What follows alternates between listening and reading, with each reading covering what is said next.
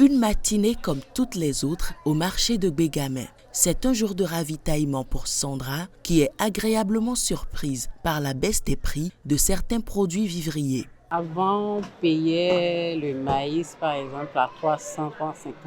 Maintenant, c'est à 250. C'est bon, c'est abordable. Ça nous aide à améliorer le panier de la ménagère. Plusieurs facteurs sont à la base de la fluctuation des prix. Dans le cas des produits vivriers, tout dépend du niveau de production. Ce n'est pas nous qui fixons les coûts, mais ça dépend de notre prix d'achat. Parfois, c'est abordable, mais parfois extrêmement cher. Il faut que les usagers puissent avoir suffisamment d'argent pour payer, sinon on ne vend pas. Lorsque l'offre est abondante, c'est qu'il y a beaucoup de produits sur le marché. Logiquement, lorsqu'elle est inférieure à la demande, c'est que le prix va forcément être bas. Et c'est lorsque la demande commence par grimper et que le produit devient de plus en plus rare, parce qu'on dit souvent ce qui est rare est cher. Lorsque le produit commence à devenir rare, c'est en ce moment que les prix commencent par augmenter. Face à ces réalités instables et peu prévisibles pour les ménages, le Conseil économique et social a initié des assises nationales. Au cœur des échanges, l'évolution des prix et son impact concret sur le pouvoir d'achat des citoyens.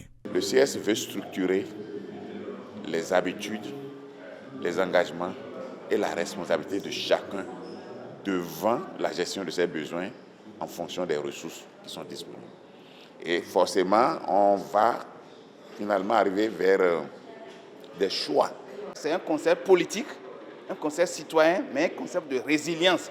Et c'est à ce titre-là que nous allons résister au choc extérieur. On parle de guerre en Ukraine, on parle d'augmentation du coût du pétrole qui impacte notre revenu, qui impacte notre bien-être.